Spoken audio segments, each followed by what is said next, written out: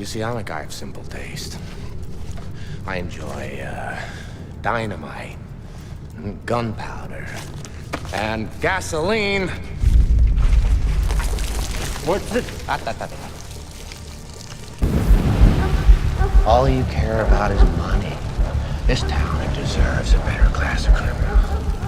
And I'm gonna give it to them. It's not about money. It's about sending a message. Everything burns. It's for money. Don't talk like one of them. You're not. Even if you'd like to be. To them, you're just a freak. Like me. They need you right now. When they don't, they'll cast you out. See, their morals, their code, it's a bad joke. Dropped at the first sign of trouble. They're only as good as the world allows them to be. See, I'm not a monster. I'm just ahead of the curve. The Joker won. Harvey's prosecution, everything you fought for. Undone. Whatever chance you gave us of fixing our city dies with Harvey's reputation. We bet it all on him. The Joker took the best of us and tore him down. People will lose hope.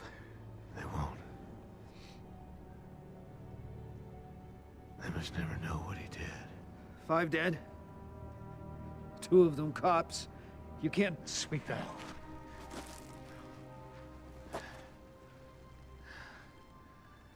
But the Joker cannot win.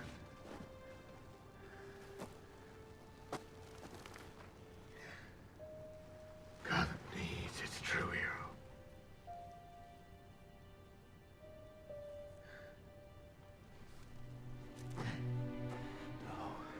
You either die a hero, or you live long enough to see yourself become the villain. I can do those things, because I'm not a hero. Not like that. I killed those people. That's what I can be. No, you can't. You're not. I'm whatever Gotham needs me to be. Call it in. A hero. Not the hero we deserved, but the hero we needed. Nothing less than a knight. Shining. They'll hunt you. You'll hunt me. You'll condemn me. Set the dogs on me.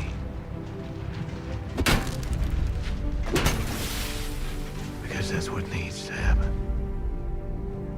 Because sometimes truth isn't good enough. Sometimes people deserve more. Sometimes people deserve to have their faith rewarded. Batman! Why is he running, Dad? Because we have to chase him. Okay, we're going in! Go, go! Move!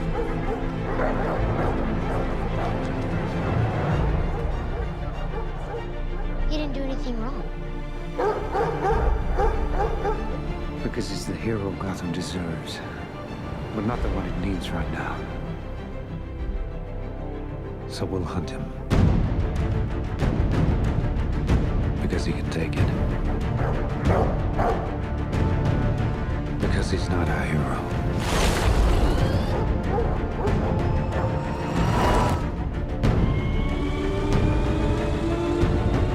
He's a silent guardian. A watchful protector. A dark knight. 13-ാം തീയതിയായിരുന്നു Palakkad ഉപതെരഞ്ഞെടുപ്പ് നടക്കേണ്ടിയിരുന്നത്. അന്നായിരുന്നു വയനാട്ടിലും ചേലക്കരയിലും തെരഞ്ഞെടുപ്പ് നടന്നത്. രഥോത്സവം പ്രമാണിച്ച് 20-ലേക്ക് മാറ്റിവെച്ചതാണ്. 13-നായിരുന്നു ഉപതെരഞ്ഞെടുപ്പ് നടന്നതെങ്കിൽ 15,000 വോട്ടിൻ്റെയെങ്കിലും ഭൂരിപക്ഷത്തിൽ UDFിൻ്റെ സ്ഥാനാർത്ഥി രാഹുൽ മാങ്കൂട്ടത്തിൽ ജയിക്കുമായിരുന്നു. എന്നാൽ 13-ാം തീയതിക്ക് ശേഷം സ്ഥിതിവിശേഷത്തിൽ ഏറെ മാറ്റമുണ്ടായി. 7 ദിവസം കൊണ്ട് കേരള രാഷ്ട്രീയത്തിൽ ഉണ്ടായിരിക്കുന്ന മാറ്റം അസാധാരണമാണ്. എന്നാൽ ശ്രദ്ധിക്കേണ്ടത് പാലക്കാട് നഗരസഭയിൽ പോളിംഗ് ശതമാനം കൂടിയെന്നതാണ്. ഏതാണ്ട് 5% വരെ പോളിംഗ് ശതമാനം പാലക്കാട് നഗരസഭയിൽ കൂടിയിരിക്കുന്നു. എന്നാൽ സാമാന്യ യുക്തിയുള്ളവർക്ക് മനസ്സിലാക്കാൻ കഴിയുന്നത് പാലക്കാട് നഗരസഭയിൽ പോളിംഗ് ശതമാനം കൂടിയാൽ അത് BJPക്ക് ഗുണം ചെയ്യുമെന്നാണ്.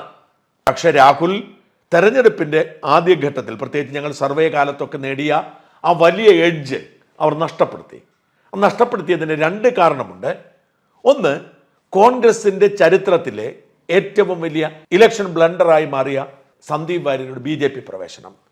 ഇങ്ങനെയൊരു മണ്ടത്തരം കോൺഗ്രസ് എന്തിന് കാട്ടി എന്നത് വ്യക്തമല്ല. ശ്രദ്ധിക്കണം, ആരാണ് ആ തോന്നൽ വഴി കോൺഗ്രസിന് വോട്ട് ചെയ്യുന്നത്? അത് തീർച്ചയായും മുസ്ലിം വോട്ടർമാരാണ്.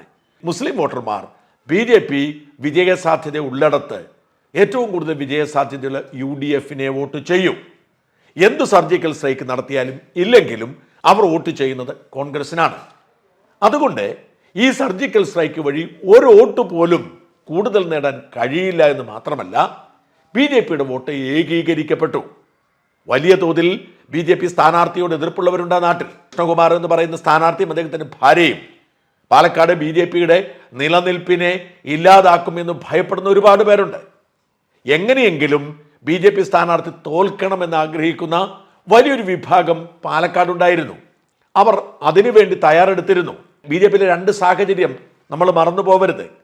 ഒന്നാമത്തെ സാഹചര്യം, കൃഷ്ണകുമാറും ഭാര്യയും പാലക്കാട് BJP വിഴുങ്ങി സ്വാധീനമുറപ്പിച്ച് അവർ എതിരാളികളായി തോന്നുന്നവരെല്ലാം ചവിട്ടി ഒതുക്കി പാലക്കാട് BJPയെ കൈപ്പിടിയിൽ ഒതുക്കിക്കൊണ്ടിരിക്കുന്ന സാഹചര്യത്തിൽ സ്വന്തം നിലനിൽപ്പിന് വേണ്ടി കൃഷ്ണകുമാർ തോൽക്കണമെന്ന് വിശ്വസിക്കുന്ന വലിയൊരു വിഭാഗമുണ്ടായിരുന്നു. രണ്ടാമത്, സന്ദീപ് വാര്യരോടും ശോഭാ സുരേന്ദ്രനോടും ഒക്കെ BJP നേതൃത്വം, പ്രത്യേകിച്ച് സുരേന്ദ്രന്റെ നേതൃത്വം അനീതി കാട്ടുന്നു, അവരെ അകറ്റി നിർത്തുന്നു എന്ന് വിശ്വസിച്ചുകൊണ്ട് BJP രക്ഷപ്പെടണം, അതിനുള്ള വഴി സന്ദീപ് വാര്യരെയും ശോഭാ സുരേന്ദ്രനെ പോലുള്ളവരാണ്, അതിന് തടസ്സം നിൽക്കുന്നത് സുരേന്ദ്രനും സംഘവുമാണ് എന്ന് വിശ്വസിച്ച് നിശബ്ദരായി മാറി നിന്നവർ. ഈ 2 വിഭാഗവും കോൺഗ്രസിന് അനുകൂലമായ ഏറ്റവും വലിയ ഘടകമായിരുന്നു. സന്ദീപ് വാര്യർ സുപ്രഭാതത്തിൽ കോൺഗ്രസിലേക്ക് ചേർന്നതോടെ ഈ 2 വിഭാഗവും പെട്ടെന്ന് കൃഷ്ണകുമാറിന് അനുകൂലമായി മാറുന്ന സാഹചര്യമുണ്ട്. കാരണം അടിസ്ഥാനപരമായി അവർ BJPക്കാരാണ്. അവർ കൃഷ്ണകുമാർ തോൽക്കണമെന്ന് ആഗ്രഹിച്ചത് അവരുടെ ആഭ്യന്തര രാഷ്ട്രീയത്തിന്റെ ഭാഗമാണ്.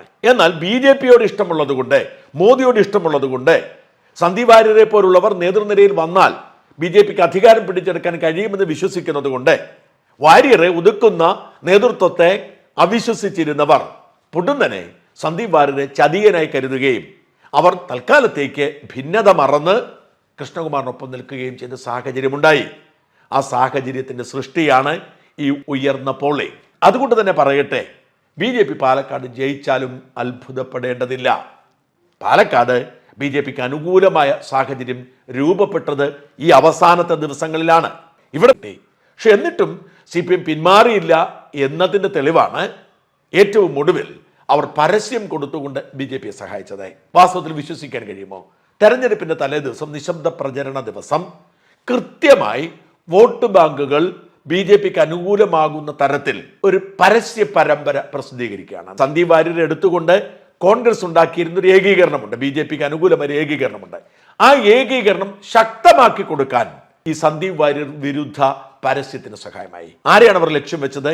മുസ്ലിം വോട്ടർമാരെ. അതുകൊണ്ടാണ് സുപ്രഭാതത്തിലും സിറാജിലും മാത്രം അവർ പരസ്യം ചെയ്തത്. ഈ സുപ്രഭാതവും സിറാജും സമസ്തയുടെ 2 വിഭാഗങ്ങൾ നേതൃത്വം കൊടുക്കുന്ന ഉടമസ്ഥാവകാശത്തിലുള്ള പത്രങ്ങളാണ്. ഈ പത്രങ്ങളിൽ സന്ദീപ് വാര്യരുടെ ചിത്രമടക്കം, മാധ്യമത്തിന്റെ വാർത്തകളടക്കം, സന്ദീപ് വാര്യർ ഒരു മുസ്ലിം വിരോധിയായിരുന്നു, ആ മുസ്ലിം വിരോധിയെ കോൺഗ്രസ് ഇതാ എടുത്തിരിക്കുന്നു, കോൺഗ്രസിനെ ടാർഗറ്റ് ചെയ്തുകൊണ്ട് അവർ പരസ്യം കൊടുക്കുമ്പോൾ സംഭവിക്കേണ്ടത് 2 ഒന്ന്, മുസ്ലിം വോട്ടുകൾ BJP വിരുദ്ധമായി ഏകീകരിക്കണം. അത് മുമ്പ് ഏകീകരിച്ചതാണ്. അത് സുപ്രഭാതത്തിൽ പരസ്യം CPM കൊടുത്തത് കൊണ്ട് ഏകീകരിക്കേണ്ട സാഹചര്യമില്ല. പണ്ട് ഏകീകരിച്ചാണ്. അത് രാഹുൽ മാങ്കൂട്ടത്തിലിനെ പോകൂ. അതൊരു സുപ്രഭാതത്തിൽ ഒരു ദിവസം കൊണ്ട്, നിശബ്ദ പ്രചരണ ദിവസം, സരിനിലേക്ക് വരികയേയില്ല. അത് CPMന് അറിയാം. അങ്ങനെ ടാർഗറ്റഡ് ആയിട്ടുള്ള ഒരു പരസ്യം കൊടുത്താൽ ഒരു വോട്ടും കൂടുതലായി കിട്ടില്ലെന്ന് CPMന് അറിയാം. CPM മത്സരിക്കുന്നത് 3ാം സ്ഥാനത്തിന് വേണ്ടിയാണ്. അതുകൊണ്ട് തന്നെയാണ് ഒരാളെ കോൺഗ്രസിൽ നിന്നും കടമെടുത്തുകൊണ്ട് അവർ സ്ഥാനാർത്ഥിയാക്കിയത്. അതായത് നിങ്ങൾ ഞങ്ങൾക്ക് വോട്ട് ചെയ്യേണ്ട കാര്യമില്ല എന്നുള്ള ഒരു സന്ദേശം കൊടുക്കാൻ വേണ്ടിയാണ് അങ്ങനെ ചെയ്തത്. അപ്പോൾ ഈ ഒരു സംഭവം കൊണ്ട് ഏകീകരണം ഉണ്ടായത് സന്ദീപ് വാര്യർ കോൺഗ്രസിലേക്ക് പോയപ്പോൾ ഉണ്ടായ അതേ ഏകീകരണം കൂടുതൽ ശക്തി പ്രാപിച്ചുകൊണ്ട് BJPക്ക് അനുകൂലമായി ഉണ്ടായി.